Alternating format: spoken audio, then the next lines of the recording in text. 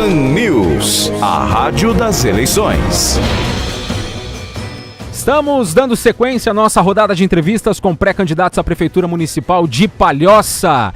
E hoje, mais um nome que está, ou pretende estar nessa disputa, a Prefeitura de Palhoça, que é um dos municípios que mais cresceu nesses últimos anos. Estão aí as pesquisas do IBGE, os censos do IBGE que revelam exatamente o que eu estou falando. E para uma cidade que cresce grandiosamente como Palhoça, é preciso de projetos grandiosos da mesma forma. Por isso, hoje chegou a vez de Tânia Slongo, pré-candidata do PT à Prefeitura Municipal de Palhoça. Tânia, bom dia e bem-vinda aqui ao Jogo do Poder. Bom dia, Emanuel. Bom dia aos ouvintes da Jovem Pan. Bem-vinda ao programa. E como a gente tem aproveitado essa semana com os pré-candidatos aí para questionar alguns temas comuns a todos, o Morro dos Cavalos e essa chuvarada não é muito diferente. Qual a solução para aquela área no teu ponto de vista? Porque a gente não pode assimilar como normal um engarrafamento de mais de 30 quilômetros para passar numa área que pertence ao município de Palhoça, mas que é de tutela do governo federal. Então, eu acho que uma das soluções já está, né? Já tem projeto, já está sendo divulgado há bastante tempo, mas não saiu do papel, né? Então, lembrar que em 2016, e quero aqui fazer justiça, né? Os órgãos ambientais, IBAMA, a própria FUNAI e o IMA, né? Concederam licenciamento, mas em 2016... Para o túnel, concederam licenciamento, né? Que você sabe que para essas obras sempre tem uma demora, né? São obras que precisam ser muito bem avaliadas, né? Porque pode ter muito mais risco, dependendo da forma que são feitas. Então, concedeu seu licenciamento. Então, eu quero também aqui trazer restabelecer uma verdade, né? Porque a gente tem encontrado políticos locais e muita gente dizendo que os indígenas são contrários ao túnel. E isso não é verdade, né? Tanto que a FUNAI licenciou e os indígenas querem realmente que isso aconteça, porque lá também, para eles, tem bastante risco, né? De acidentes. O tempo todo, né? Acontece acidente, né? Não é só a questão do deslizamento. Tem aldeia indígena dos dois lados da rodovia. Isso, exatamente, para eles interessa. Então, preciso restabelecer a verdade, porque muitas vezes se usa isso para jogar a população contra os povos indígenas que residem em Palhoça, então, que muitas vezes são esquecidos. Né? Desde 2016. Desde 2016, licenciado. Porque lá atrás teve uma informação de que a FUNAI havia se manifestado contrária e agora, então, ela está completamente favorável. Sim. O que está faltando para o governo federal dar um pontapé no seu ponto de vista? Na verdade, como foi interrompido um governo, né, que já tinha toda uma disposição, né, e vocês observem que a 101, a duplicação na parte sul, a ponte Anita Garibaldi, né, em Laguna, que eram obras grandiosas, né? Então, tinha um governo que acabou sendo interrompido, né, pelo impeachment, o governo Dilma, né, que com certeza, né, iria entregar aquilo que precisaria ser entregado para os catarinenses, né, porque é uma questão bastante séria, né, que precisa ser resolvida, porque a gente olhou, né, tá vendo aqui, é quase todo dia tem um acidente, quase todo dia está congestionado, quase todo, com a questão da emergência climática, tem acontecido muitos deslizamentos, né, e é preciso que sejam responsabilizadas. Você estava falando muito da Artéries, né? É uma concessionária, certo? Ela recebeu a concessão para cuidar bem. Então, ela precisa ser cobrada naquilo que tem que ser cobrada, né? Por exemplo, um dos exemplos que você citou, a liberação do pedágio. Por que não liberar o pedágio? O problema é que empresas, elas precisam de lucro, né? Você entende? Então, o lucro, muitas vezes, está sempre acima da vida das pessoas. Então, isso também é um debate que precisa ser feito com responsabilidade. Mas eu acho que, além do lucro, lei tem que ser cumprida. Né? Mas, com certeza, a lei tem que ser cumprida e o governo federal, a gente tem os nossos deputados, o Pedro e a Ana, a gente tem que articular também com o governo do estado, porque é uma responsabilidade de todos. Existe um estudo do Banco Mundial que fala sobre as nossas rodovias em Santa Catarina e tem uma preocupação bastante grande e aponta uma preocupação de que são rodovias que são SCs muito frágeis. E com a emergência climática, com tudo isso que tem acontecido, é preciso ter uma ação articulada. É preciso ter um planejamento e é preciso envolver todos os entes. Saiu uma informação agora de ontem para hoje, é que o governo federal diz que não tem que ter túnel, porque tem outros projetos prioritários em Santa Catarina, tem que terminar a 470, 280, mas a gente vê que o Morro dos Cavalos é prioritário. Com certeza, é prioritário e o que depender de nós, a gente vai buscar junto aos nossos deputados, as lideranças, vamos fazer uma força-tarefa para que isso se resolva. A senhora acha que está faltando o quê? Articulação. Para isso acontecer? É vontade política, porque de 2016 até 2022 não se falou muito nisso, ninguém fez mais nada, entendeu? E continuou acontecendo chuva. Então agora o governo federal está reassumindo e o governo federal tem compromisso com as pessoas. Seria um compromisso prioritário seu, essa questão do túnel? Um compromisso prioritário para articular com os entes necessários. Se caso, claro. Eu estou só pré-candidata agora, né, Manuel? Mas como cidadã... Mas como cidadã, eu tenho muita vontade, né? Por isso que eu coloquei meu nome, porque eu tenho muita disposição de articular as grandes e as pequenas políticas, porque nós vivemos numa região conurbada, né? Na grande Florianópolis, que precisa ter muito diálogo, e eu tenho muita disposição de fazer esses diálogos. No seu ponto de vista, ainda arestas a aparar entre Santa Catarina e o governo Lula? Olha, o governo Lula tem sido um governo muito republicano, né? Ele chama os municípios, ele não tem olhado quais partidos, ele olha os projetos. E os projetos que digam respeito à população, que digam respeito à melhoria da vida das pessoas, eu não tenho dúvida. Agora é preciso fazer gestos, né? É preciso também que o governo do estado prepare seus projetos. E no município é preciso também que o nosso município, o nosso gestor, o nosso prefeito também se movimente, né? Porque nós não temos... o governo federal sempre tem mostrado em governos anteriores que recebe, não importa, ele não olha o partido, importa os projetos que beneficiam as pessoas. Aproveitando já que a gente está falando de Palhoça e o sul da Palhoça ali que está travado, congestionado nesse momento, tem sido uma pergunta comum aqui entre todos os que têm vindo essa semana sobre a questão do abastecimento de água ali naquela região, né? Existem diversos projetos, mas todos eles não superam as reclamações de quem vive ali naquela área, de que de fato é preciso melhorar o abastecimento de água, entra verão, sai verão, falta água. E inverno também. O que falta no seu ponto de vista? Qual projeto que tem que ser desempenhado para que aquela região consiga ter água, que é uma coisa básica na vida da gente? Na verdade, até agora faltou muito vontade política, né? Teve muita promessa, agora que está se fazendo alguma coisa no sul da Palhoça, mas ainda não dá conta de resolver toda a problemática. E uma questão bastante importante que você falou inicialmente, Palhoça cresceu muito, muito nos últimos anos. Cresceu, mas não desenvolveu. Não envolveu a comunidade, não desenvolveu. Então, isso é uma coisa bastante importante que a gente precisa tratar de uma forma muito participativa. E uma das propostas, né, que a gente está estudando é o orçamento participativo. É dialogar com a comunidade, é buscar soluções. Veja que nós não temos problemas com o abastecimento. Nós temos rios, temos nascentes importantes, né, onde são captadas a água, mas é preciso esse investimento. E no governo federal, e a gente tem esse canal aberto, a gente vai buscar com certeza todas as formas de resolver essa questão, inclusive... Mas com qual projeto específico para melhorar o abastecimento de água ali? Então, você veja que a Casan ainda está no município captando e fazendo a distribuição de água. A senhora entregaria a Samai de volta para Casan? Olha, eu precisaria estudar, né? Eu preciso saber como é que está, porque hoje já não... Ela era uma autarquia, né? Teve um período que, em Santa Catarina, que se tentou municipalizar essa questão da água, do saneamento e tudo mais. Mas, digamos que a dificuldade maior, né, quando se municipaliza, é ter uma capacidade de investimento. Então, se você não busca projetos, se você não prepara, inclusive se sabia que tem projetos a nível internacional, do banco do BID, que é um caso de Joinville, por exemplo, que foi buscar, tem uma pessoa também que assessorou lá em Palhoça, que tem um conhecimento de buscar, inclusive a fundo perdido. Só que, por que não interessou para muitos? Porque o saneamento, a questão da água, ela acaba dando muito trabalho, porque ela é não só trabalho, mas ela é algo que não dá visibilidade, então porque ela é embaixo da terra, então isso muitas vezes não dá voto. Então é mais importante investir em rodovias, enfim, infraestrutura. Em asfalto, que às vezes dá um pouco mais de visibilidade, praças, do que necessariamente aquilo que mais precisa. E é muito triste porque não dá para imaginar que esse bem humano necessário, esse bem comum, não chegue na casa das pessoas, ou quando chega, e muitas vezes durante o dia não chega, quando chega à noite ele vem com tal velocidade que dá a impressão que está vindo muita água e aí a conta dispara. Então não é mentira que é uma continha baixa que as pessoas pagam.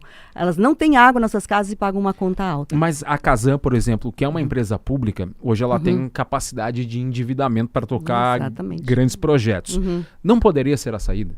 Poderia ser uma saída. Porque hoje sozinha é fato, a prefeitura não consegue fazer. Sim. E transformaram numa secretaria com secretário adjunto, ou seja, é uma secretaria que não responde à necessidade da população. Nós vamos dialogar, vamos observar o que é o melhor. Nós precisamos resolver, não dá para admitir. Esse é um dos maiores gargalos, na minha opinião, porque você imagina, tem pessoas que estudam no EJA à noite, e isso eu falo porque eu sempre estou nas comunidades, às vezes elas não vão à noite porque elas não têm como tomar um banho, gente. Isso é inacreditável num lugar que tem muita água. Então, é preciso ter, primeiro, vontade política e depois projetos. E isso não vai faltar disposição, isso não vai faltar equipes preparadas, porque o governo que eu pretendo fazer vai ser um governo que tenha pessoas preparadas. Não vai ser um cabide de emprego, né? Vão ser pessoas, porque a gente não tem compromisso nenhum a não ser com a população. Nós queremos dialogar com a população, porque são as pessoas que mais têm resposta para tudo aquilo que a gente precisa de política pública para o município. O que mais sofre é a população, a ausência de política pública, né? Pré-candidata, choveu pra caramba esses dias agora. Uma coisa a gente sabe que aconteceu, a prefeitura fez um trabalho de mitigar problemas de cheias. Teve lá a limpeza de valões, enfim, de bocas de lobo. A gente viu que nas últimas chuvas, à exceção essa, a gente teve uma situação melhor em Palhoça. Agora, choveu bastante, mas também, se a gente pegar o Morro dos Cavalos, a própria Defesa Civil de Santa Catarina confirmou que choveu ali 500 milímetros, que é naquela mesma diagonal ali de Santo Amaro da Imperatriz, que também choveu 500 milímetros. A gente sabe que existe o trabalho de mitigação, mas vamos lá. O que fazer para que cada vez mais essas chuvas não causem impacto? Então, veja que a questão das enchentes em Palhoça é recorrente, né? Eu estava estudando, né? Remonta a 1800. Só que ela acontecia de forma mais esporádica, né? Às vezes quedas de pontes, enfim, né? Agora, com a questão da emergência climática, a gente não tem, apesar de que tem um diferencial de antigamente, né? A gente tem a previsão, né? Então, a gente tem como fazer todo um levantamento, né, da questão da drenagem, da microdrenagem, mas também a gente precisa fazer campanhas e preparar a população. A gente precisa ter uma assistência social organizada, porque a gente já teve enchentes em que tivemos que deslocar pessoas para dentro de colégio, né? Então, a gente precisa organizar a defesa civil. Informação. Informação e campanhas educativas. As pessoas precisam entender que a emergência climática já está acontecendo e que a qualquer momento pode acontecer um desastre, pode acontecer chuvas, e no caso também a questão de estiagens, que no caso em Palhoça a gente teve lá o incêndio também, a gente precisa lembrar disso, né? Serra do Tabuleiro. Na Serra do Tabuleiro, que também levou pânico a muitas famílias, né? Então precisamos pensar numa brigada,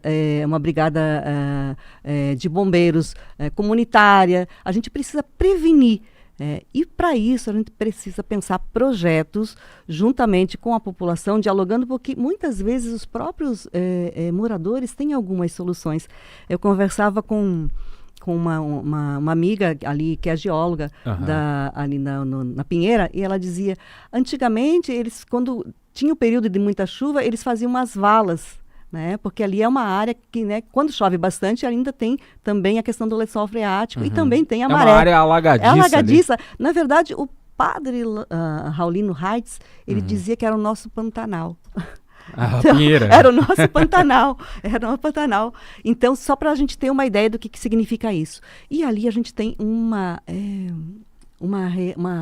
área muito sensível, uma área que a gente precisa, não é transformar ela numa Camboriú, né, como alguns pretendem, a gente precisa utilizar ela para, né, com as pessoas que estão ali, trabalhadores e trabalhadoras, o ano inteiro. Não dá para ser só no período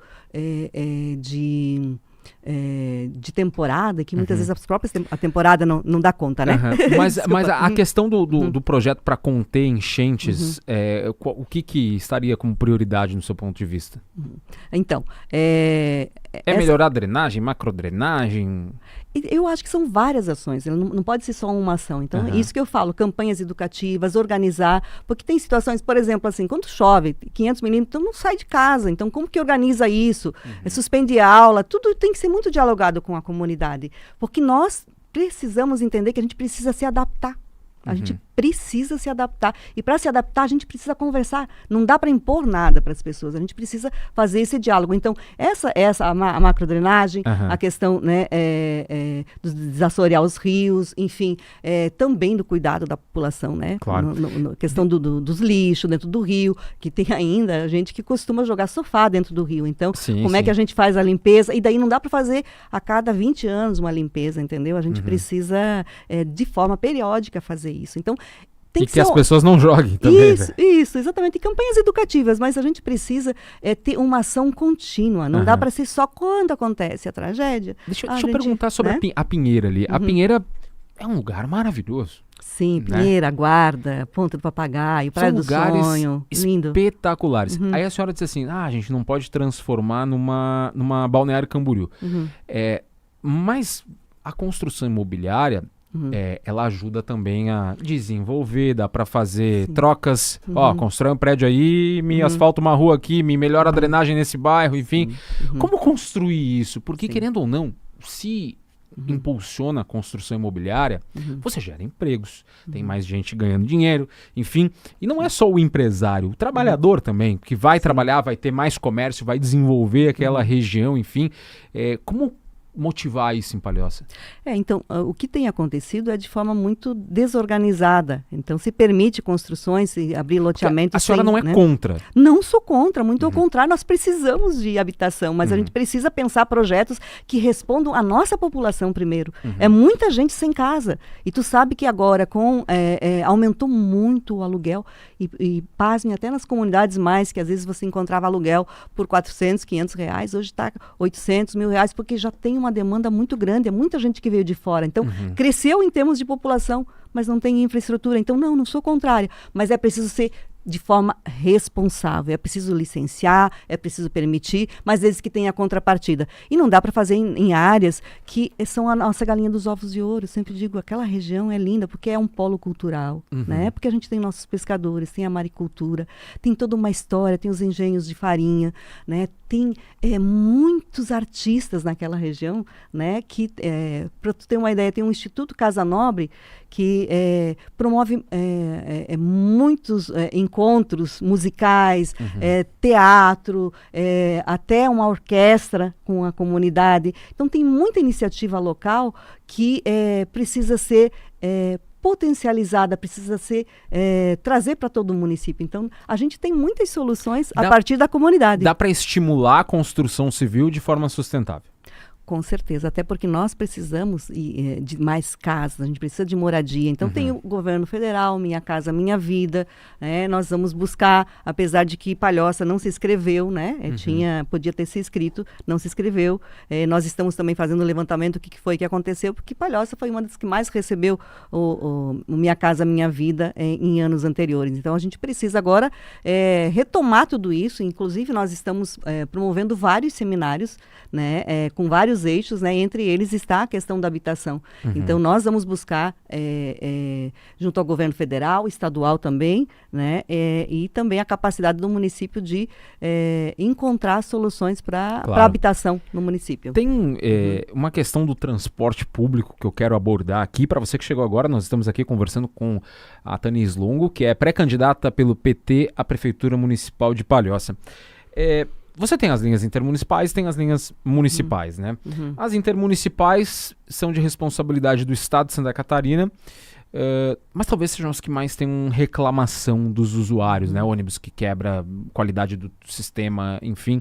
E a gente sabe que muito a qualidade também passa pelas empresas, não pelo sistema eu digo pela caneta, por instituir aquela empresa para atender. Não, tem que ter, a empresa tem que oferecer qualidade, né, pro usuário. Eu pergunto isso no seguinte aspecto, é preciso que, e o governo já desde o governo passado vem trabalhando aí para trazer dados, ter dados a respeito das linhas intermunicipais e construir um contrato de concessão, uma licitação para uma concessão. Sobre a questão da qualidade, por mais que não seja de responsabilidade da prefeitura, eu questiono isso para quem tem vendo aqui, a senhora não teria nenhum problema em sentar com o governador Jorginho, construir melhores condições para o transporte coletivo em Palhoça, não só para o municipal, mas para o intermunicipal principalmente. A senhora poderia fazer isso em prol do município? Com certeza, né?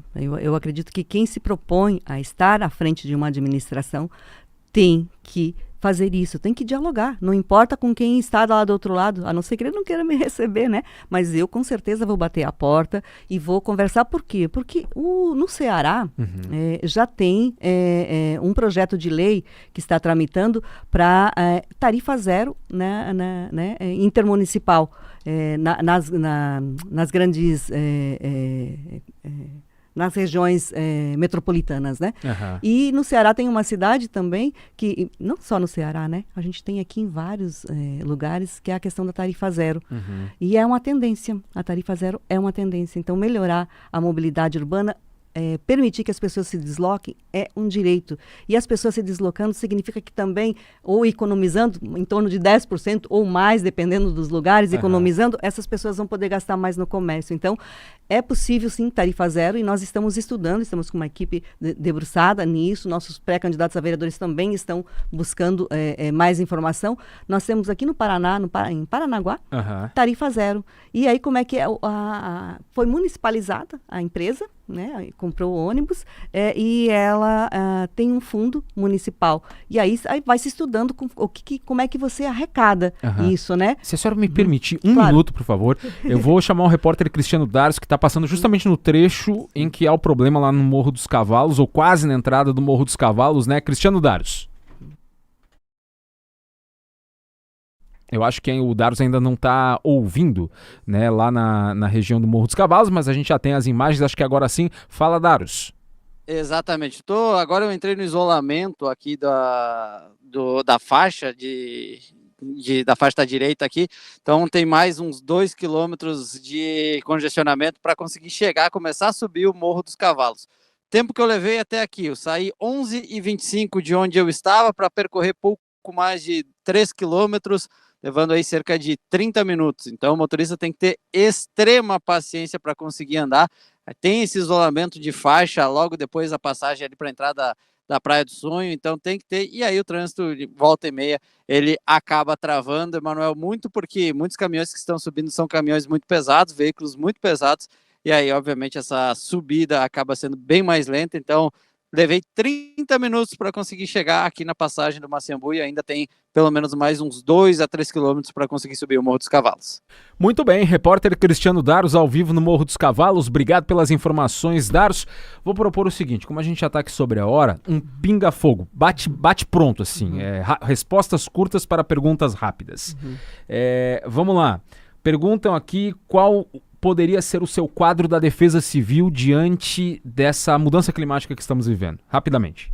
Então, precisa organizar a comunidade em relação a isso. Precisa preparar comitês, equipes que estejam em todas as ruas e bairros preparadas para todas as emergências. O Denizar pergunta, por favor, por que o Lula é contra o túnel?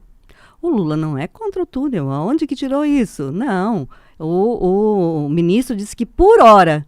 E, obviamente, que ele vai ser convencido pelos nossos deputados e também pelos políticos da região. E o que depender de mim, ele está chegando aí, o Renan, amanhã. A princípio está se confirmando a agenda.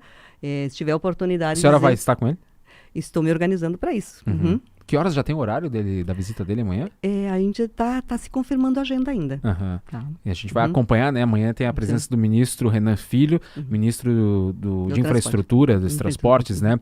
Que vai vir aqui na liberação ali do ponto de estacionamento de caminhões na BR-101 em Palhoça. E aí, para fechar, a última pergunta que é igual para todo mundo. escolha um adversário. A senhora tem Luciano Pereira, o Zunino do Novo e o Eduardo Fressa do PL. Um deles e uma pergunta. Então, para o Frécia, né? Ele vai ser entrevistado amanhã. Eu preciso saber por que não tem transparência, né, das ações do governo, né, nos canais, nos portais. A dificuldade da gente encontrar números, dados. Eu preciso saber disso. Tá certo. Uma mensagem final aí para quem mora em Palhoça. Então, eu quero dizer para as pessoas que moram em Palhoça, para quem nos acompanha, é que eu coloquei o meu nome porque eu percebo que estou preparada, porque eu tenho uma caminhada, tenho uma longa história, né, na questão política, mas mais do que isso, eu venho da base, eu venho do barro, eu venho do pé no chão, eu venho junto com a população. Então eu sei o quanto que é importante política pública e eu estou preparada para garantir que Palhoça seja uma Palhoça do futuro, uma Palhoça integrada, que seja integrada, que tenha mobilidade, que tenha política pública na saúde, que se preocupe com a prevenção, que olhe para quem mais precisa. Eu quero dialogar com todos os setores, mas especialmente com aqueles que foram esquecidos nesses últimos anos, e aqui eu quero destacar as nossas mulheres que não têm voz, não têm vez em Palhoça. Então eu me coloco aqui para ser a voz e a vez dessa população. Muito obrigada. Tá certo, pré-candidata, muito obrigado por ter vindo aqui ao Jogo do Poder, e a senhora voltará aqui com certeza como já candidata à Prefeitura de Palhoça. Eu espero que sim, e muito obrigada a vocês pela oportunidade. Eu que agradeço aqui a gentileza. Pré-candidata Tânia Slongo do PT conversando conosco ao vivo aqui no Jogo do Poder, que vai mais volta já para fechar o programa.